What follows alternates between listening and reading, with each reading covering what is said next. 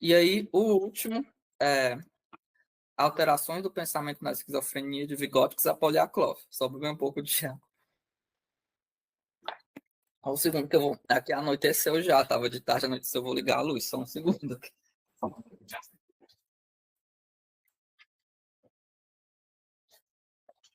Então, voltei. É, Então, nesse artigo, ele vai ter o objetivo de apresentar as perspectivas dos autores soviéticos Vygotsky, Rubinstein, Zeigarnik e Poliakrov sobre alterações do pensamento na esquizofrenia e formular apontamentos sobre o manejo e investigação da esquizofrenia na psicoterapia de orientação histórico-cultural. Então, traga a perspectiva desses quatro autores, que em determinado momento de sua obra falaram sobre a esquizofrenia, mais especificamente sobre alterações do pensamento na esquizofrenia. E aí a perspectiva de Vygotsky, que é a mais reproduzida e mais conhecida aqui no Brasil, que é a questão da desintegração do pensamento por conceitos, né?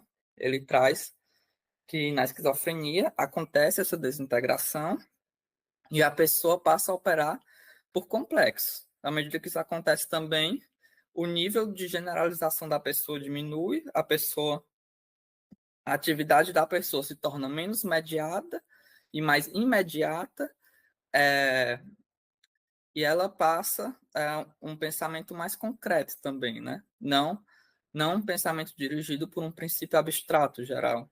Não passa mais a pensar por conceitos, sim por complexo. Ele traz esse apontamento e é bem difundido assim no Brasil, dentro de quem estuda a perspectiva histórico-cultural. E aí uma das coisas importantes que ele faz, que nesse processo de desintegração, ele aponta que a personalidade vai reagir ativamente a esse processo. Já já eu volto para a perspectiva dele. Mas vou trazer aqui a perspectiva de outro autor, que já foi citado aqui hoje, o Rubinstein. Então, o Rubinstein entende as funções psicológicas superiores quanto uma atividade, é, então ela perpassa necessidades, motivos, enquanto um processo mental, ou seja, um ato dirigido para solucionar um problema, e esse processo é composto por várias operações, perpassa várias operações do pensamento que ele traz no seu livro, como síntese, análise, generalização, etc. E aí, na esquizofrenia, segundo Rubinstein, ele vai dizer que uma das perturbações do pensamento pode ser justamente por uma influência de uma emotividade patologicamente intensa, ou seja, uma resistência emocional em luta com a realidade objetiva. Então, sendo possível notar atitudes subjetivas, demonstrando uma resistência subjetiva em relação às atitudes objetivas, como a ausência de palavras comuns e modificações inusuais. E aí, outro tipo de alteração do pensamento que o autor traz é a ideia fixa e a ideia sobrevalorizada. A ideia fixa, para ele, vai se caracterizar por uma tendência afetiva que coloca em contradição o pensamento da pessoa com os fatos objetivos. Mas, muitas vezes, o sujeito ainda consegue identificar a anormalidade numa ideia fixa e experienciar ela como uma força estranha, queixando-se de ideias fixas mesmo. Já a ideia sobrevalorizada para Rubinstein é justamente uma ideia que vai ter uma forte matriz afetiva, alcançando uma hegemonia em relação às outras ideias, estando vinculada a um sentimento muito forte, e assim o pensamento acaba tendo uma orientação unilateral, concentrando-se somente nessa ideia sobrevalorizada. E aí, Rubinstein ele não fala nos seus textos especificamente em delírio, ele não usa essa nomenclatura, mas a gente compreende um dos sintomas muito presentes na esquizofrenia é o delírio, mas a gente compreende que essas elaborações apresentadas por Rubinstein podem ajudar a gente a pensar a formação do delírio na esquizofrenia. Tal formação, na nossa perspectiva, se daria por mudanças qualitativas nas ideias.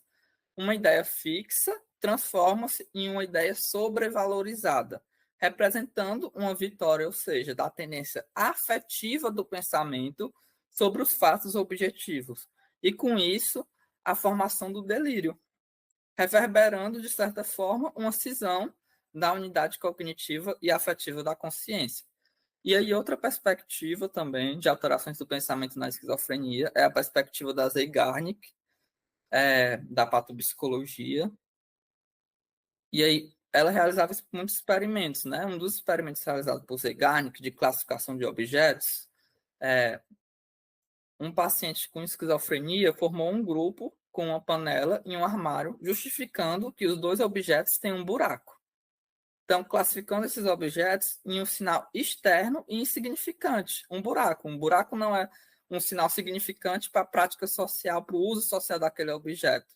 Então, não levou em consideração as diferenças e semelhanças entre os objetos, ou seja, não servem como verificação e controle de sua atividade e julgamentos. Dessa forma, o pensamento não reflete o conteúdo específico dos objetos na esquizofrenia, é isso que Zeigarnik aponta. Então, a partir dos seus estudos experimentais, a Zeigarnik ela vai chegar a conclusões diferentes de Vygotsky. Ela discorda que a principal alteração do pensamento na esquizofrenia seria a desintegração do pensamento por conceitos, já que os estudos delas comprovaram experimentalmente que, na verdade, o que acontece não é uma desintegração, e sim uma distorção de uma das operações do pensamento, a generalização, tendo seu pensamento dominado por conexões inadequadas, latentes. Então, contudo, a Zeigarnik ela vai pontuar que, em alguns casos de esquizofrenia, pode acontecer a desintegração do pensamento por conceitos, porém, isso é a exceção. A regra que ela diz é a distorção das próprias generalizações e não a desintegração do pensamento por conceito que ia resultar numa redução do nível de generalização. Não, ela diz que a regra é outra que acontece, embora possa acontecer caso de desintegração e esquizofrenia. Mas o que é que eu quero chamar a atenção aqui para isso? Porque hoje eu fiz uma revisão de literatura recentemente sobre alguns dos principais artigos que tratam a questão da esquizofrenia, artigo, teses, dissertações, a questão da esquizofrenia a partir da psicologia histórico-cultural. E aí se traz a perspectiva do Zeigarnik, chega até muitos a se trazer se traz a perspectiva do Vygotsky, chega a trazer muitos até a perspectiva da Zeigarnik, mas continuam elaborando em cima dessa própria perspectiva da desintegração do pensamento por conceitos na esquizofrenia, e essa perspectiva foi superada pela própria psicologia soviética, né? Como aponta Zeigarnik, como aponta um dos principais continuadores de Zeigarnik, que é o Poliaklov, que aprofundou a perspectiva da Zeigarnik sobre a questão da esquizofrenia. Ele se dedicou muito tempo ao estudo da esquizofrenia, a partir também de experimentos patopsicológicos. Então, a gente precisa olhar para isso e olhar também para a história da psicologia soviética, para o que tem. Porque depois de 1934, Vygotsky morre e a psicologia soviética continua. Então, a gente precisa olhar para isso e não se prender só ao Vygotsky, senão a gente não vai estar seguindo uma perspectiva materialista histórico-dialética, a gente vai estar seguindo um dogmatismo. E não é isso que a gente quer.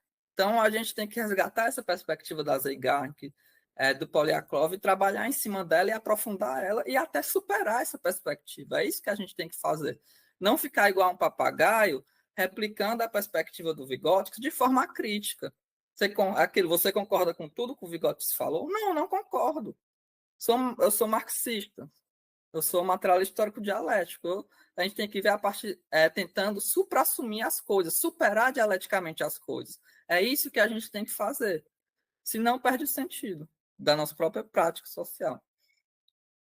E aí, a perspectiva do Poliaklov,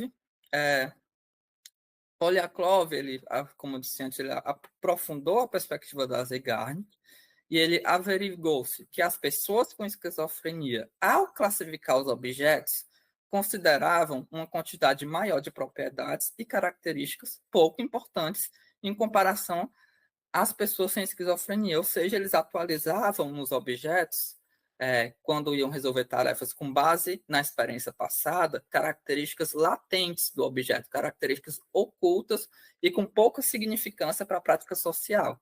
Então, ele vai trazer que a perturbação na ativação do conhecimento baseado em experiências passadas acontece uma alteração na seletividade da atualização do conhecimento. estando conectada com uma expansão do espectro de informações recuperadas da memória, inserindo propriedades ocultas e pouco significativas, porém presentes no objeto. Os estudos do Polyakov eles vão superar cientificamente as ideias que consideram a pessoa com esquizofrenia mais concreta e com menos capacidade de abstrair em relação à pessoa sem esquizofrenia, confirmando assim os resultados anteriores de Zeigarnik. Polyakov também supera a concepção vygotskiana sobre a esquizofrenia, ao concluir que a alteração do pensamento nesse caso não se trata de uma desintegração dos conceitos, e sim uma perturbação de uma das operações com conceitos já formadas e estabelecidos na experiência passada. E aí vou logo para essa parte final do trabalho, na qual eu trago alguns apontamentos gerais sobre a psicoterapia e esquizofrenia, a partir de uma abordagem materialista histórico-dialética. E aí a gente assume aqui a postura de uma investigação criadora, não ignorando o passado, a gente vai a partir, se fundamenta nessas elaborações passadas, que foram apresentadas no artigo, mas tenta superar e mirar no futuro. E aí a gente traz algumas orientações para a prática de psicoterapeuta em caso de pessoas com esquizofrenia, reconhecendo que a gente tem a tarefa hoje de continuar uma ciência fundamentada no marxismo e avançar nas elaborações que a gente já tem, mas e além dos pensadores soviéticos. E aí um primeiro apontamento é a questão da mediação dos motivos. Um indivíduo, uma pessoa, depois de uma vivência traumática, ela entrou em um surto psicótico, vamos supor. E mesmo após sair do surto, a pessoa sai do surto, não consegue ter consciência dos seus motivos, do seu próprio adoecimento. E aí o terapeuta, nesse caso, vai mediar os motivos do adoecimento da pessoa para a consciência. E isso vai perpassar um processo do sujeito se apropriar da sua própria história de vida. Então, à medida que a pessoa atendida se apropria de sua história, ela passa a se envolver ativamente no processo terapêutico. E isso é fundamental para a eficácia da terapia, além de contribuir no processo de autorregulação consciente de sua atividade. Então, trazer os motivos que possam estar no consciente para a consciência. Fazer essa mediação. E a partir do momento que a pessoa tem consciência dos motivos do seu próprio adoecimento, se caminha para um processo de autorregulação consciente de sua atividade e de maior autodeterminação. Compreendendo o pensamento, outro apontamento que a gente traz, que é preciso a gente compreender como o pensamento da pessoa com esquizofrenia está alterado. Se houve um processo de desintegração do pensamento por conceito ou uma distorção de generalização. A gente tem que investigar o que houve. Como a atividade cognitiva da pessoa se expressa. Quais as operações do pensamento estão alteradas, como o Rubinstein falou, generalização, síntese, abstração, análise, etc. Qual o elo peculiar da estrutura da atividade cognitiva daquela pessoa que está alterada? Precisa ser investigado isso também. Então, são perguntas que vão ser respondidas na própria prática clínica, a partir da análise qualitativa da atividade cognitiva da pessoa, a partir de atividades patopsicológicas, classificação de objetos, exclusão do objeto inadequado, entre outros, descritos no presente artigo, realizados na psicoterapia. E uma perspectiva, a penúltima, compensação e reabilitação, outro apontamento importante, que além de eu identificar o que está alterado, é fundamental eu descobrir os recursos psicológicos preservados daquela pessoa, ou seja, quais são seus recursos emocionais preservados, motivacionais, quais são suas habilidades profissionais preservadas, quais são seus interesses preservados, qual é o seu potencial intelectual. E aí, os recursos preservados daquela pessoa vão ser a base para o processo compensatório de reabilitação. Então, quando a gente fala de pessoas atendidas com esquizofrenia, a gente vai ter que ter em mente que, na maioria dos casos, se caracteriza, quando chega na psicoterapia, por uma persistência dos sintomas negativos. uma vez que muitas vezes os sintomas positivos são interrompidos pelos antipsicóticos. Então, é necessário o psicoterapeuta encontrar, em meio à alteração da esfera motivacional, o que ainda mobiliza o sujeito para a atividade, o que ainda mobiliza aquela pessoa para a atividade. Então, trata-se de um trabalho de formação de motivação voluntária para a atividade, mobilizando os esforços da pessoa para superar suas limitações e assim trazendo o que Vygotsky traz, construindo caminhos compensatórios para o desenvolvimento, porque como ele traz no tomo 5 de defectologia, uma vez que os caminhos diretos para o desenvolvimento estão bloqueados, constrói-se caminhos indiretos para o desenvolvimento por meio do social, por meio do cultural. E é esse o nosso papel. E aí, a última agora, para encerrar, unidade de análise para alterações do pensamento. Então, a partir de toda essa revisão de literatura que eu fiz, de muito pensar, a gente traz aqui uma unidade de análise para as alterações do pensamento. Então, traz a perspectiva da relação entre forma e conteúdo das alterações do pensamento.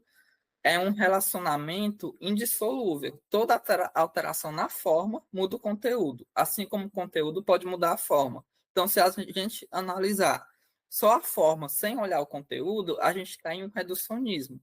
Dessa maneira, e aí o nome que eu intitulo para essa unidade, configuração sintomática, que é a relação entre conteúdo e forma, é a unidade de análise das alterações do pensamento.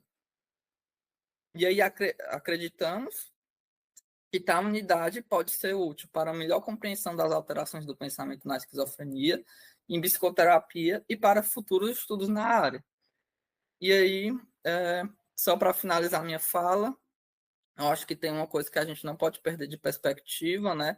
Que é a perspectiva revolucionária de construção da revolução, de construção do socialismo. Então, se a gente está falando aqui de uma psicologia histórico-cultural, que é uma psicologia marxista, de psicologia materialista histórico-dialética, independente da nomenclatura, a gente tem que estar sempre voltado para a construção do socialismo. E se a gente perder isso de perspectiva, a nossa própria prática perde o sentido. Então, a gente tem que estar sempre resgatando isso. Eu acho fundamental também. Então, obrigado. E é isso.